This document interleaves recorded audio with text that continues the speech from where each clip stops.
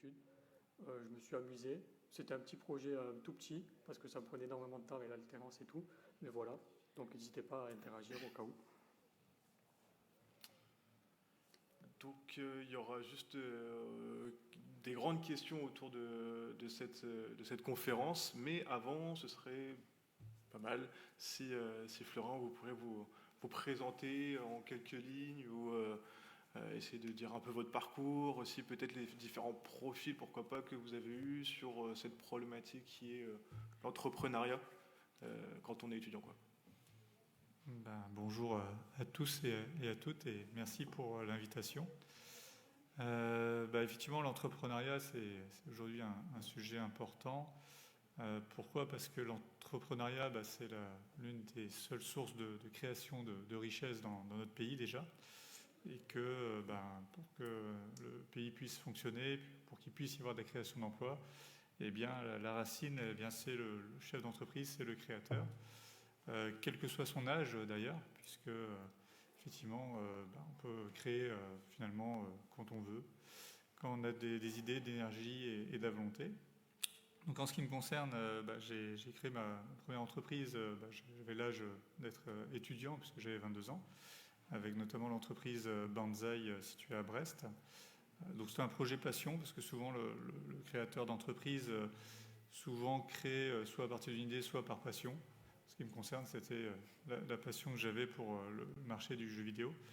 Et à ce titre, j'ai eu l'idée de lancer mon projet donc en 2005. J'ai bien sûr créé d'autres projets par la suite, notamment un réseau de franchises donc à travers la Bretagne. Et puis dernièrement, un projet multimédia, donc orienté occasion et réparation. Voilà très sommairement mon parcours. Super, merci beaucoup. Donc du coup, voici les grandes questions que j'ai parlé tout à l'heure qu'on va se poser. Donc est-ce que c'est réaliste de lancer un projet en parallèle de ses études, donc en fonction du temps et en fonction aussi de l'alternance, si c'est pas trop compliqué. Est-ce qu'il existe des aides pour les étudiants, des aides de financement ou même des aides d'accompagnement, et par où commencer? Donc ce serait un peu, ça c'est un peu notre ligne directrice pour tout au long de cette conférence. Et du coup, la question pour le public, du coup, je l'ai déjà posée. Est-ce que vous avez déjà lancé un projet à côté en parallèle? Et voilà. Donc on va commencer déjà par le premier thème sur un peu le concept de l'entrepreneuriat quand on est étudiant, mais déjà sur le concept de l'entrepreneuriat. Pour vous, c'est quoi dans les grandes lignes le mot entreprendre? Alors globalement, ça consiste surtout à imaginer une idée, un projet, et de le mener jusqu'à son terme, puis dans un second temps à le développer. Je dirais que c'est ça vraiment, entreprendre, c'est ne compter que sur soi, mais aussi être capable de déléguer, de trouver des talents autour de soi, puisqu'effectivement le chef d'entreprise ne peut pas tout imaginer, tout modéliser. Par contre, c'est lui qui est vraiment le moteur, et c'est lui qui va définir l'orientation stratégique effectivement de son projet. Ok, merci beaucoup. Donc, est-ce que vous avez déjà rencontré des étudiants entrepreneurs? Et si oui, comment ils s'en sortaient et quels étaient à peu près leurs profils type? Alors, ma mémoire n'étant pas exceptionnelle, je dirais que oui, j'ai croisé en tout cas que ce soit des étudiants ou en tout cas des personnes d'un très jeune âge qui justement soit étaient étudiants, soit sortaient des études. Et donc à ce titre, effectivement, j'ai pu parfois j'ai été amené à les accompagner et à leur transmettre effectivement des bases pour les éléments auxquels il faut prêter attention quand on décide de créer son projet. D'accord. Et quand vous avez dit entreprendre, c'est créer une entreprise, être chef d'entreprise. Est-ce que pour vous, entreprendre, c'est forcément créer une entreprise ou pas? Pas forcément une entreprise, hein. Ça peut être aussi une association, ça peut être une idée, un projet quel qu'il soit, un projet de vie. Très bien, entreprendre, le mot, c'est finalement gérer, mener à bien quelque chose, que ce soit du pro ou du perso. Je pense que les deux peuvent s'apparenter. Donc après, c'est vrai que l'entrepreneuriat, ça reste quand même quelque chose de plus orienté création d'entreprise, généralement quand on en parle. Mais ça peut être aussi, quand on démarre, d'ailleurs, le premier conseil que je pourrais donner à ceux qui veulent créer un projet, c'est dans un premier temps le tester, à petite échelle pour voir déjà si ça marche. Donc moi, c'est ce que j'avais fait d'ailleurs à l'époque. Avant même de créer un projet, j'avais acheté, vendu des produits un peu comme on peut le faire par exemple aujourd'hui sur le Bon Coin, sur Vinted. Et donc j'avais expérimenté, j'avais pu voir vraiment ce que ça donnait vraiment à petite échelle. Donc l'entrepreneuriat aujourd'hui, ça reste quand même quelque chose de plutôt orienté pro, mais encore une fois, ça peut s'adapter bien sûr à des projets perso. Ok, j'aurais juste deux petites questions peut-être avant de continuer qui lient un peu à l'entrepreneuriat. On parle souvent d'entrepreneuriat, mais aussi d'intrapreneuriat. Même pour vous, du coup, en soi, c'est la même façon d'entreprendre, mais qui a un mot différent. Est-ce que même pour ceux qui n'ont pas forcément connaissance de l'intrapreneuriat, est-ce que de un, c'est la même chose ou comment on peut différencier un peu les deux? Alors déjà, quand vous dites intra-entrepreneuriat, c'est quoi pour vous? L'entrepreneuriat, Enfin, de l'intra, manière générale. oui. Ah, intra. Oui. Alors l'intrapreneuriat, c'est quand on entreprend quelque chose au sein. Alors pour moi, pour ma définition, c'est quand on entreprend quelque chose au sein d'une structure, d'une association, mais qui fait partie d'un gros projet, on va dire ça comme ça. D'accord. On le voit souvent dans les banques, il y a beaucoup de projets des fois qui sont intrapreneuriat, qui créent du coup des projets comprends. comme des Okay. filiales. En gros, c'est la même chose, c'est la gestion de projet, ouais. Mais sauf qu'au lieu d'être tout seul, vous êtes au sein d'une structure en gros. C'est ce que vous voulez dire? C'est ça. La différence, je dirais, c'est la gestion des risques, c'est l'exposition au stress, c'est l'aspect financier. C'est-à-dire que l'entrepreneuriat pur, on est vraiment sur quelque chose de stressant parfois parce que il y a quand même des conséquences financières par rapport aux prises de décision. Alors que dans l'intra, si je ne dis pas de bêtises, en gros, même si vous ne menez pas bien votre projet ou que vous faites des erreurs, ça ne va pas me remettre en question l'équilibre de la structure.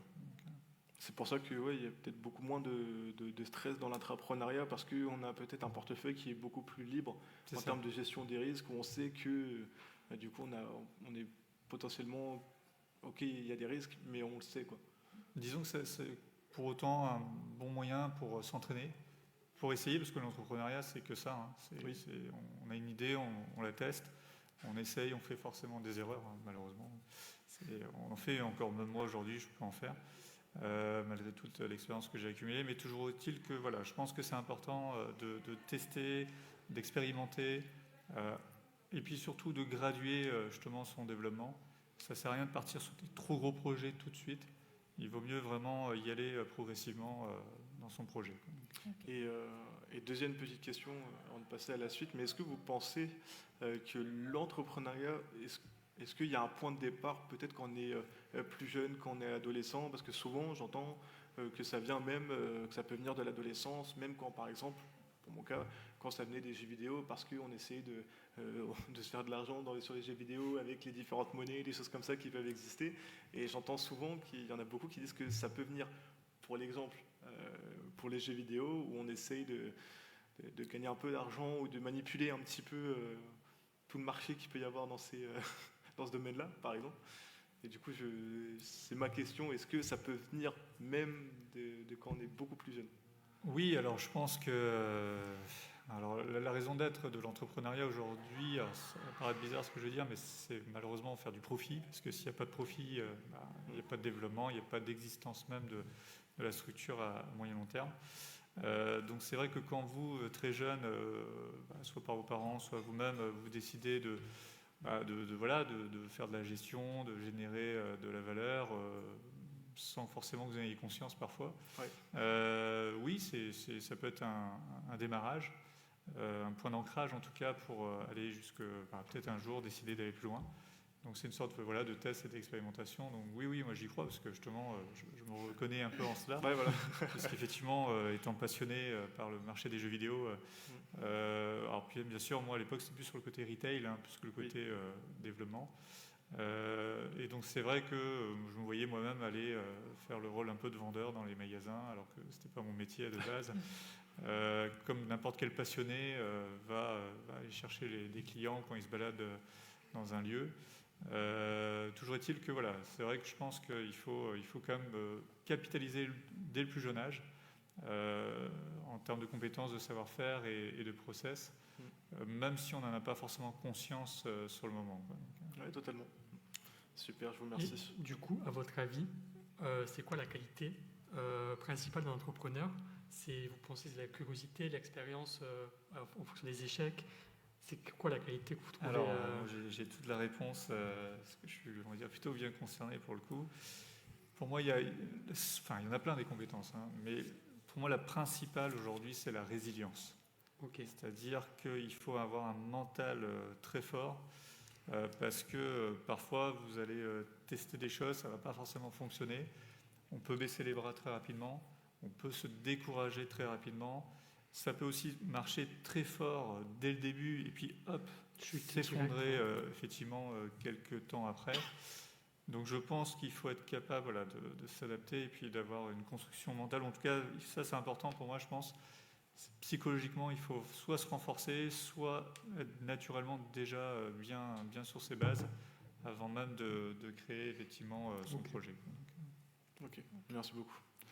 Du coup, on va pouvoir passer à la suite.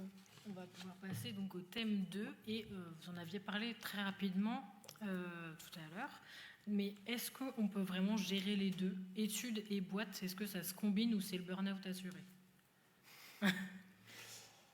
Je pense que quand on est étudiant, on a quand même une grande qualité, c'est que tout comme quand on est sportif, quand on est jeune, les muscles sont là, la résistance physique est là, ce qui est moins le cas quand on dépasse un certain âge.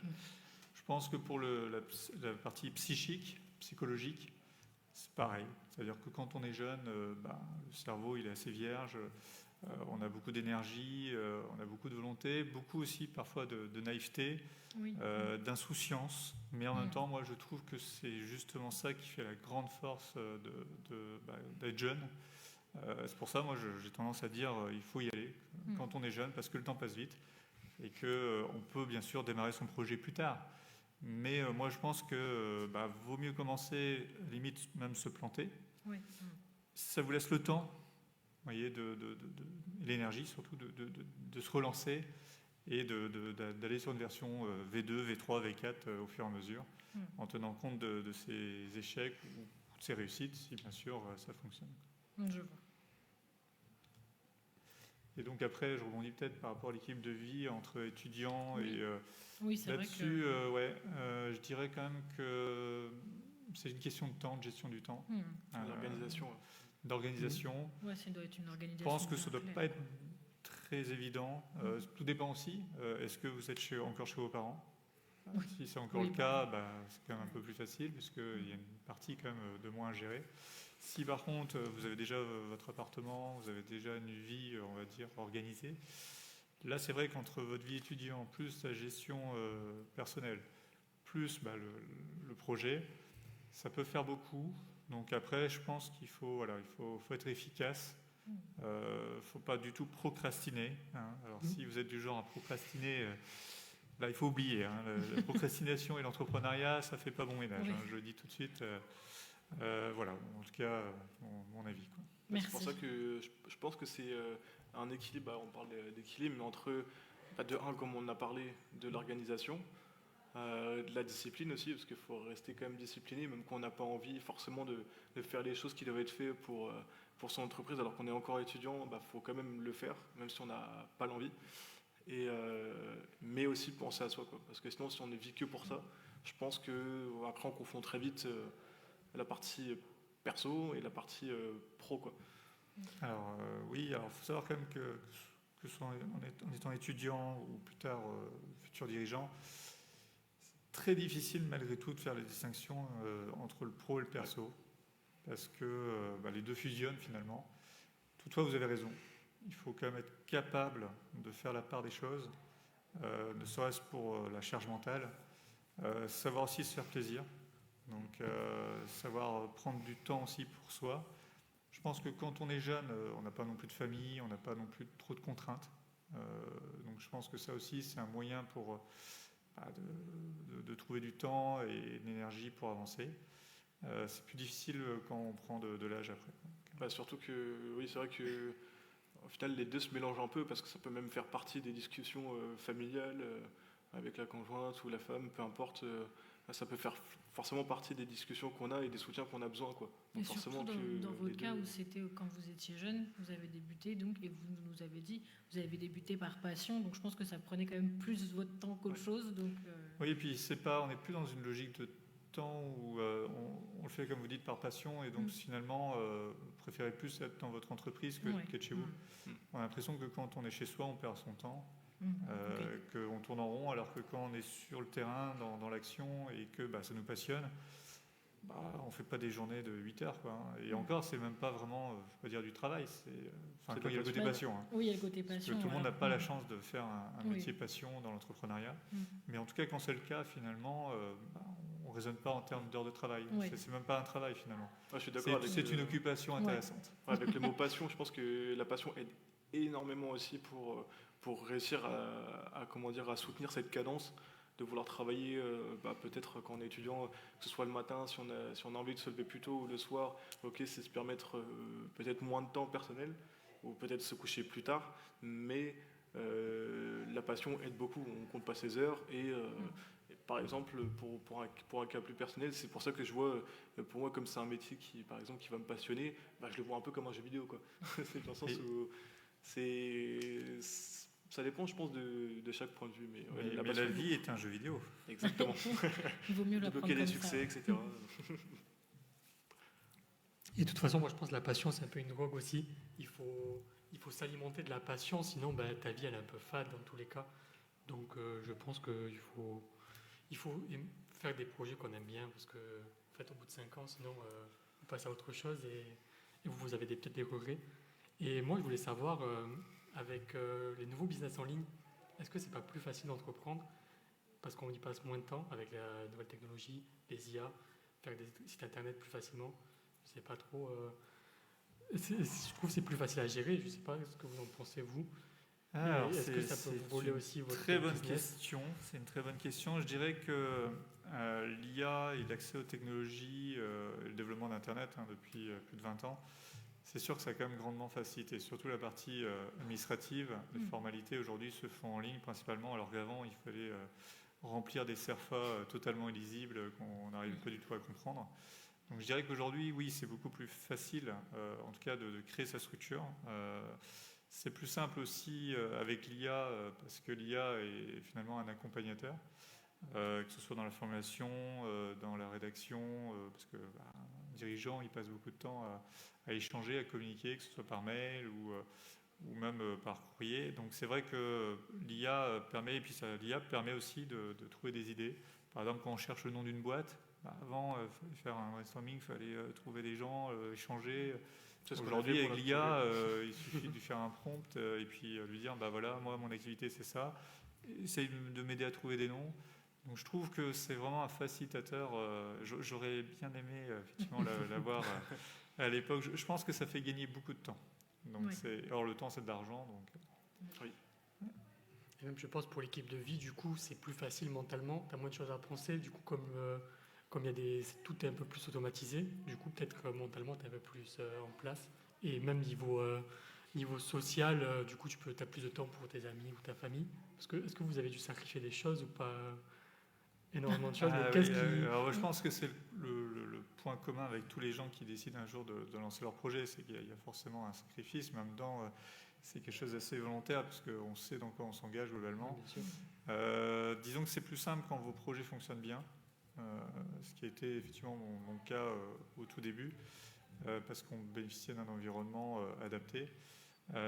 Maintenant, c'est vrai que dans le contexte actuel, ceux qui veulent entreprendre, moi je leur dis bravo, parce que c'est vraiment, je dirais, peut-être plus facile grâce à l'IA et aux nouvelles technologies, mais plus difficile dans le contexte économique dans lequel on se trouve. Donc il y a comme une sorte de rééquilibrage actuellement. Il y a toujours des bonnes choses, mais derrière il y a du mauvais tout le temps. J'ai envie de dire que c'est, oui, puis de tout temps. Oui.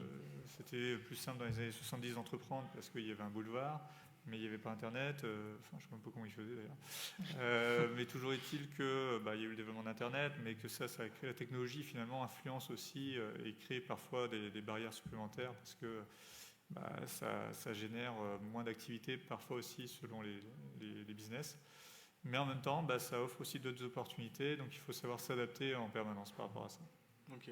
Ouais, ça me permet aussi de faire un peu la transition sur, à l'heure actuelle, toute la pression sociale qu'on peut avoir dans notre quotidien. Est-ce que pour ceux qui souhaitent se lancer, est-ce qu'il y en a enfin selon vous, est-ce qu'il faut oser en parler ou au contraire, plus le garder pour soi, faire son business, Et ou montrer les créer chiffres, son quoi. entreprise de son côté, sans forcément en parler? C'est une question Elle n'est qui pas, mérite pas sa évidente à réflexion. répondre parce que le souci, en fait, ça dépend à qui vous en parlez. Ouais, c'est ça. Si vous en parlez à votre famille, bah, vous voyez, moi, mes parents, ils étaient fonctionnaires. Bon, le jour où je leur ai annoncé que je voulais lancer mon projet, ils étaient pas bien, quoi. La Ouais, discussion ne devait pas être facile. Ouais, ils ont Ouais, peur, surtout. eux, c'était le risque. Mm. Voilà, c'est vrai que l'entrepreneuriat, c'est du risque. Donc ça va dépendre de votre environnement familial. Si dans votre environnement familial, vous avez des gens qui ont déjà monté des projets, bah là, c'est beaucoup plus simple d'en discuter. Au contraire, vous allez avoir des conseils et des avis. Après, il y a aussi le fait que bah, vous connaissez votre projet, que les gens, d'un point de vue externe, vont toujours essayer d'apporter un peu leurs idées. Peut-être des fois vous influencer positivement et des fois négativement. Donc je dirais que il faut en parler, mais il faut accepter la critique. Il faut accepter peut-être parfois d'être remis en question, mais il faut surtout se faire confiance. Ok. Ça veut dire qu'il faut croire en son projet. Tant pis si on échoue, hein, parce qu'en France on a du mal encore, hein, et ça fait des années qu'on en parle, et peut-être que dans 20 ans on en parlera encore. Mais autant aux États-Unis, l'échec est totalement admis. En France, c'est vrai que c'est encore un sujet. Mais Ouais, c'est il y a un quelque peu la chose. peur de l'échec en France. C'est ancré hein, dans l'état la fierté d'esprit, française. dans la société française. Je sais pas trop d'où ça sort, la peur de c'est- l'échec, même l'argent en Parce France, mais qu'on n'a pas une culture d'entrepreneur en France. Ouais. ok. En France, Puis- on est salarié, on est fonctionnaire, on n'est pas entrepreneur. Et quand vous le devenez, ça suscite des jalousies, les gens vous regardent bizarrement. On n'est pas forcément Bien vu, ouais. bien vu, étonnamment. Et quand vous avez le malheur de réussir, alors là, faut surtout pas réussir, quoi. Ouais. Parce que alors là, c'est des jalousies, c'est des on-dit, t'as vu, il a une belle voiture, tiens, c'est louche, quoi. Il a Vous triché. avez Quoi. vécu ça personnellement? Alors, je sais pas, c'est difficile pour moi en tout cas Ouais. de le savoir. Je le vois au quotidien avec des gens autour de moi qui, ou même sur les réseaux, hein, dès qu'il y a quelqu'un qui réussit, il y a tout de suite une approche suspecte. On se dit tiens, c'est bizarre qu'il ait réussi lui. Quoi. Donc, Ok. je pense qu'il y a forcément de la jalousie dans l'état d'esprit français où on n'aime pas que le voisin réussisse. Voilà, c'est par rapport aux signes extérieurs de richesse parfois qui peuvent apparaître. Donc oui, même les salariés, dès que vous êtes dirigeant, que vous achetez une nouvelle voiture, ça y est, les salariés, ils disent ah ouais, t'as vu le patron, il se fait plaisir, et nous, on n'a pas d'augmentation. Ouais. J'ai envie de dire, il y a encore un moment donné, encore heureux que le chef d'entreprise se fait plaisir, parce que sinon, Oui. pourquoi prendre des risques? Pourquoi stresser? Pourquoi mettre en péril son équilibre perso? Pourquoi investir aussi Pourquoi investir? Pourquoi oui, et puis surtout le stress, hein, Mm. l'exposition au stress, il est Bien très sûr, élevé. ouais. Si c'est derrière pour avoir le même train de vie que Monsieur Tout le Monde, sans être méchant, hein, c'est autant rester salarié, quoi. Hein. Oui, oui, Ça bien sûr. vous épargnera, voilà, bien des problèmes et probablement de futurs problèmes de santé. Donc voilà. Donc je pense que c'est important de se faire plaisir, mais qu'effectivement, ça peut parfois engendrer des jalousies. Ok. C'est pour ça qu'en France, on parle beaucoup plus, enfin on parle même quasiment que de la réussite, sans parler d'échecs, alors que dans les autres pays, je pense que ça va être différent. Mais par exemple, j'écoutais un podcast, je crois, de Xavier Niel qui disait que lui, il a 80% du temps échoué avant de réussir là où il en était, quoi. Mais Oui. c'est juste qu'il n'en parle jamais, quoi. Il parle que Alors, effectivement, ouais, vous avez raison, l'échec, je pense que c'est un mal nécessaire. Alors, il ne faut pas trop échouer quand même, parce qu'après, les banques, Enfin, c'est comme ça qu'on apprend. elles Ça, n'ont pas le c'est même regard. Hein. Les banques, Oui, ça c'est d'ailleurs un sujet, peut-être qu'il y aura une question là-dessus, mais pour l'exemple que vous avez pris, Xavier Niel, alors tous ces créateurs de start-up, après, il ne faut pas oublier quand même une chose, c'est qu'aujourd'hui, je pense que la réussite d'un projet va dépendre de votre environnement. C'est-à-dire que très clairement, vous avez plus de chances de réussir en étant sur Paris ou dans une grande ville, C'est sûr. parce que tout autour de vous, il y a soit de l'argent. Par exemple, vous avez une start-up, vous allez aller en Californie, parce que là-bas, il y a des capitaux, il y a des compétences, il y a tout qui existe pour permettre à votre structure de se développer et de réussir. c'est plus compliqué de réussir à Brest qu'à Paris ou dans la Creuse. Voilà, donc en fait, je pense qu'aujourd'hui, moi, avec le recul que j'ai, surtout dans le retail notamment, il faut vraiment regarder la zone de chalandise, voir la richesse qui existe autour de soi. Pareil, si vous allez au Luxembourg, vous avez plus de chances de réussir que si vous allez dans des pays plus faible valeur ajoutée. Donc je pense que ça, c'est un truc dont j'avais pas conscience moi quand j'ai démarré. C'était vraiment l'environnement dans lequel on évolue, parce qu'il y a des opportunités qui se développent chaque jour du fait des talents, des gens, parce que finalement c'est que du réseau à un moment donné. Ok. Merci beaucoup. Donc, on va pouvoir passer au prochain thème qui sont surtout les freins et les obstacles. C'est ça, on va parler un peu des freins, des obstacles que vous avez rencontrés. Mais quelles sont vos plus grosses difficultés pour un étudiant qui va entreprendre? Je vais la refaire, je pense. Quelles sont selon vous les 3 plus grosses difficultés pour un étudiant qui va entreprendre avec les freins? Alors, ça va dépendre du projet. C'est-à-dire que si vous avez besoin d'un petit PC, un petit bureau pour créer votre projet, je dirais que globalement, il n'y a pas de frein majeur. Si par contre, vous devez vraiment créer quelque chose de plus structuré avec des investissements, de l'aménagement, du stock, des immobilisations, là, le frein, c'est bien sûr l'accès aux capitaux. Et c'est vrai que quand on est jeune, on n'a pas beaucoup d'argent, malheureusement. C'est d'ailleurs pour ça qu'on est jeune, on démarre dans la vie. Donc il faut peut-être pas hésiter à demander de l'argent à ses proches, à sa famille notamment, s'ils ont les moyens de faire. Après, il y a aussi les sites de crowdfunding qui existent depuis pas mal d'années. Je ne sais pas si aujourd'hui ça marche autant. J'ai connu d'ailleurs, justement, on parlait tout à l'heure de quand on est jeune et qu'on lance un projet, j'ai connu l'un des premiers sites de crowdfunding en France. Et j'ai connu la personne qui l'a fondé. Elle était partie à un voyage en Australie, elle a eu l'idée là-bas.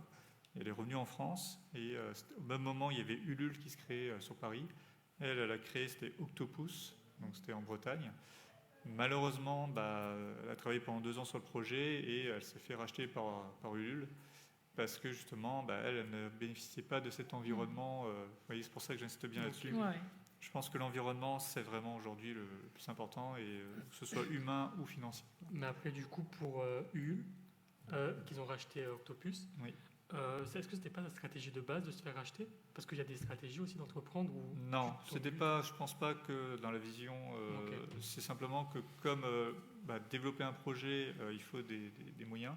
Soit vous allez sur le réseau traditionnel, ce sont les banques. Mais les banques, dès que c'est quelque chose un peu trop innovant, elles ont peur. Donc après, il faut trouver ce qu'on appelle des business angels. D'ailleurs, je l'avais conseillé à l'époque. Alors, c'est ça qui est terrible d'ailleurs. C'est, je pense, le gros défaut aujourd'hui de la jeune génération, aux étudiants ou pas d'ailleurs, c'est que des fois, ils vont trop s'écouter aussi. Moi, j'avais conseillé par exemple à cette personne à l'époque d'aller voir des business angels, même sur Paris, quoi. Et elle a préféré bricoler, on va dire, plus dans son coin, et malheureusement, le moment où il y avait besoin de capitaux, elle n'avait pas anticipé. Donc c'est pour ça que elle s'est fait racheter, que ça a été une opportunité pour eux. Donc je pense qu'il faut, quand on est étudiant, il faut vraiment du capital malgré tout, donc trouver des solutions. Ça dépend de la nature et de l'ambition du projet, bien évidemment. Après, honnêtement, je ne vois pas tant que ça de frein, en tout cas, à se lancer étant jeune, au contraire. Je pense que c'est surtout des freins personnels qu'on se met. Oui. Il y a beaucoup de choses où on se dit, on n'a pas d'argent, donc au final, je ne peux rien faire, alors que si, on peut toujours trouver une façon ou autre quand on n'a pas d'argent, c'est peut-être la gratuité avant, et si par exemple c'est sur de la prestation de service, peut-être de la gratuité, et puis au final se faire recommander, et puis comme ça gonfler petit à petit, faire jouer justement, construire son réseau. Oui, puis en plus aujourd'hui vous avez quand même une chance incroyable, c'est que vous avez les réseaux sociaux. Nous, notre génération, alors on l'a connu tout début, quoi, mais c'était pas quelque chose qui forcément était bien ancré. Et vous avez cette chance-là de trouver des gens, d'avoir accès à des personnes dans des entreprises, par exemple, pour avoir des conseils. Donc c'est vrai que je pense qu'aujourd'hui, les réseaux sociaux, ça permet de transmettre de l'information, de même trouver des idées et d'avoir accès à des fournisseurs. C'est quelque chose qui est vraiment puissant, quoi. Et justement, on avait une question sur Est-ce que pour vous, le système éducatif français, est-ce qu'il peut permettre justement de se lancer dans l'entrepreneuriat quand on est étudiant? Alors, je dirais de ma génération, non. Parce qu'à l'époque, clairement, on parlait quasiment pas d'entrepreneuriat. C'est assez surprenant. Pourtant, moi, c'est quelque chose qui m'aurait plu. Il n'y avait pas du tout de cours sur ce domaine-là. Ça s'est développé vraiment au cours des 10-15 dernières années. Aujourd'hui, par contre, clairement, je trouve que dans des campus comme celui-ci ou partout ailleurs, même dans des facs, je trouve que ce sont des modules qui commencent à apparaître de plus en plus. Et je trouve ça bien parce que ça permet aussi d'avoir des informations pour les étudiants, de transmettre des choses. Donc je dirais que voilà, qu'aujourd'hui, quand même, c'est beaucoup plus ancré aujourd'hui que ça ne l'était auparavant. Il suffit de voir par exemple, nous ici en tout cas au campus, avec le gros projet startup qu'on a et qui permet déjà de mettre les mains dedans, de pouvoir aussi côtoyer d'autres personnes, notamment Sébastien Corfet qui était venu pour un peu exposer toutes nos idées, valider ou non si selon lui c'était faisable avec le temps qu'on avait aussi. Donc ça revient un peu aussi à la question de est-ce que le temps peut avoir un enjeu aussi sur le fait de créer par exemple une start-up. Et c'est vrai que peut-être pas tous les campus le font, mais pour ceux qui le font, ça peut vraiment aider déjà à mettre le nez dedans et rencontrer les bonnes personnes, faire agrandir son réseau pour plus tard, quoi. C'est vraiment une plus-value que de nous faire apprendre, entre guillemets, à entreprendre par nous-mêmes aussi. Ouais. Oui, tout à fait. Je vais rebondir sur ce que vous évoquiez là. Alors c'est vrai qu'on parle beaucoup de start-up aujourd'hui. Pourtant, c'est pas forcément ça que vous allez créer un jour. Alors, pour essayer, pour expérimenter au travers de vos études, des idées, c'est sympa. Mais la réalité, elle est tout autre. Je pense que demain, les créateurs d'entreprises, je veux dire, aujourd'hui, on peut être artisan et être chef d'entreprise. Je pense que la création d'entreprise, elle est adaptée à tout niveau, toute échelle, et quel que soit d'ailleurs le type de formation, de diplôme. Pour moi, la base, vraiment, c'est de disposer d'un savoir-faire.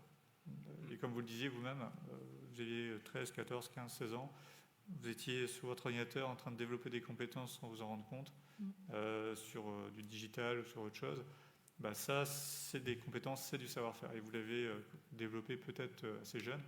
Et dès qu'on commence, on apprend. Et c'est tout ce temps d'apprentissage qui coûte du temps et donc de l'argent que vous pouvez faire quand on est jeune et pas forcément plus tard quand on a une vie de famille.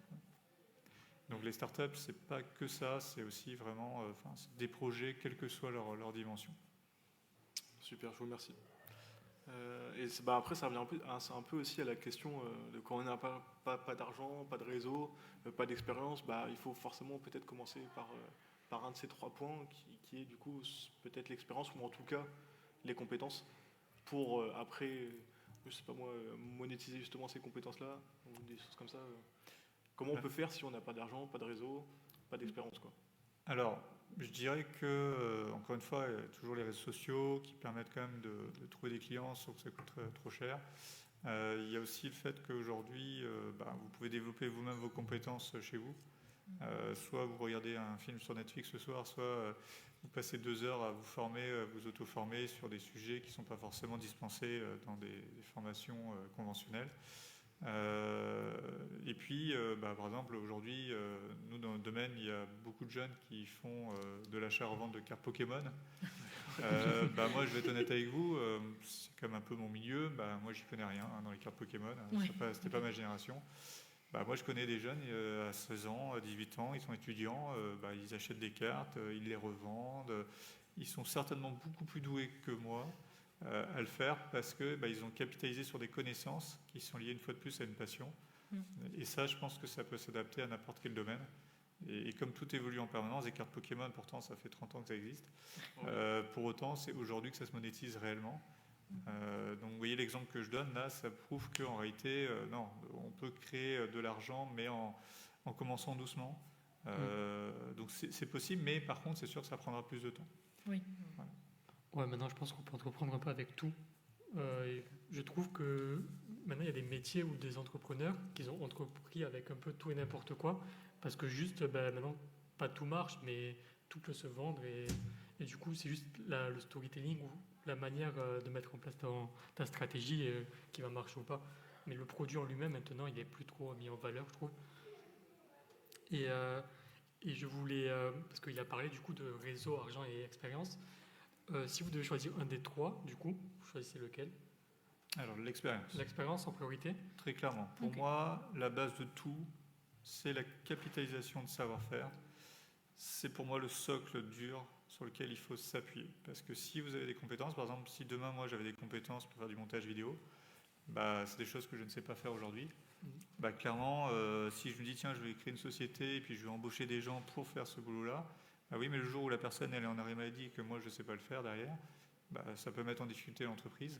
Donc pour moi, il faut vraiment avoir du savoir-faire et de la compétence. Et cette compétence-là, elle peut démarrer très jeune, même avant de faire des études, hein. Les études, ça sert juste à apporter un cadrage et à mettre sur papier effectivement des idées. Alors que le savoir-faire, lui, on le développe très jeune. Par exemple, dans la cuisine, bah, vous voyez votre mère faire à manger, bah, vous allez essayer de faire avec elle. Et demain, vous allez monter votre business en restauration. Bah, vous n'avez pas forcément besoin de faire des études ou autre pour le faire. C'est vraiment, vous avez commencé très jeune à développer des compétences et des savoir-faire. Ok, parce que moi, dans ma tête, je me disais le réseau c'était pas mal aussi, parce que du coup, si on est entre monteurs, ben, on peut plus facilement gagner de l'expérience si on s'aide mutuellement, quoi. Alors oui, mais ça vient dans un second temps. Ouais, c'est parce que je me suis dit quand Pour vous moi, avez le point de expliqué- départ, c'est le savoir-faire. Ensuite, effectivement, bah, le réseau, il vient naturellement ou parallèlement, hein. Des fois, ça dépend des domaines. Et puis, ça Mhm. dépend vraiment des domaines d'activité. Oui, ouais, parce que quand vous avez dit restauration, j'ai compris que le réseau, ben, ça dépend du business. Des Oui, fois, c'est ça. C'est ça. fois, ça Après, va. l'entrepreneuriat, aujourd'hui, ça touche tout. Ouais, c'est ça. Donc, c'est vrai que ce que je dis peut être valable dans certains domaines et dans d'autres, pas du tout. Il y a des domaines où il faut du réseau. Par exemple, l'immobilier, Ouais. ce n'est que du réseau. Oui, c'est obligatoire. C'est tout. Enfin, vous voyez, il n'y a pas de savoir-faire dans l'immobilier. Enfin, je veux dire, par le côté administratif. Mais je veux dire, demain, vous avez un peu la tchatch, et puis vous tapez dans l'épaule du collègue, et puis vous savez flatter vos interlocuteurs. Je pense qu'on peut plus ou moins s'improviser agent immobilier. Par contre, Ok. derrière, il y a bien sûr des compétences techniques, plus administratives d'ailleurs. Bien sûr.